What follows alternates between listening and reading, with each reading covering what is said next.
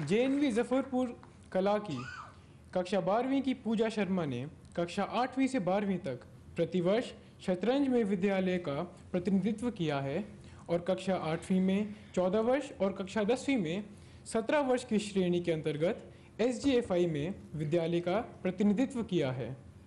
अब मैं पूजा शर्मा को माननीय प्रधानमंत्री जी से प्रश्न पूछने के लिए आमंत्रित करता हूं।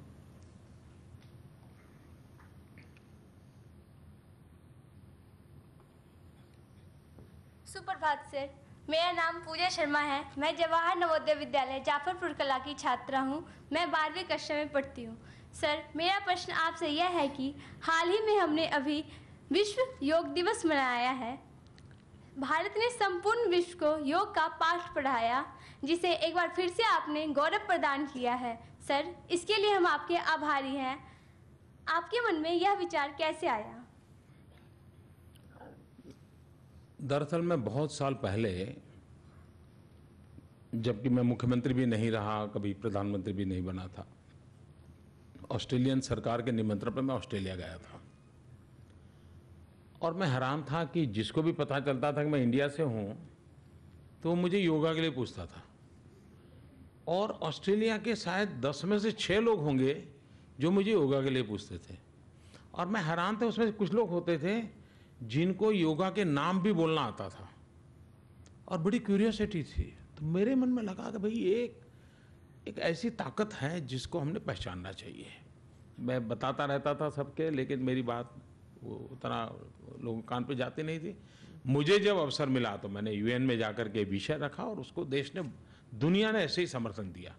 शायद यूएन में इस प्रकार का प्रस्ताव जिसको सिर्फ 100 दिवस में पारित हुआ हो और दुनिया के 177 कंट्रीज ने उसके को स्पॉन्सर बने हो, ऐसी एक भी भूतकाल में घटना नहीं है। मतलब योग का कितना महत्व है हमें पता नहीं था जितना कि दुनिया को पता था।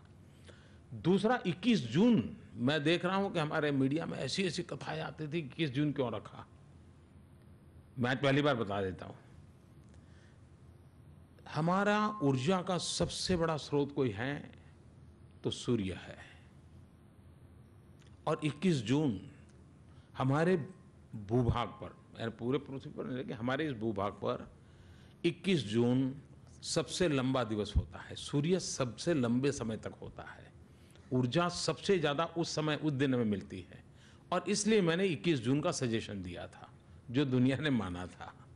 और आज तो विश्व पूरा, मैं मानता हूं कि हिंदुस्तान के नौजवान अगर योग को एक प्रोफेशन बनाएं तो पूरे विश्व में अच्छे योग टीचरों की रिक्वायरमेंट है। बहुत बड़ी इकोनॉमिकल एक्टिविटी भी है। होलिस्टिक हेल्थ के लिए भी बहुत उपयोगी है। तनाव मुक्त जीवन के लिए भी बहुत उपयोगी है।